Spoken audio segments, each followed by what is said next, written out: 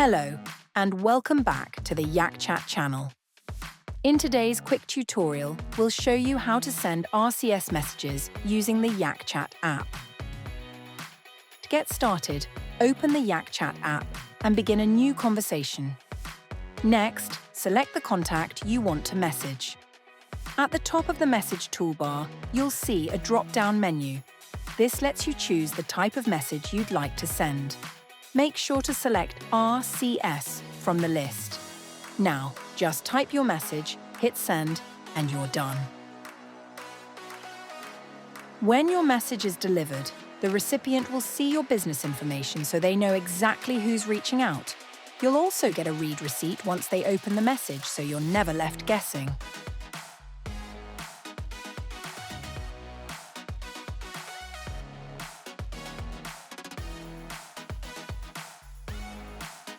And that's it.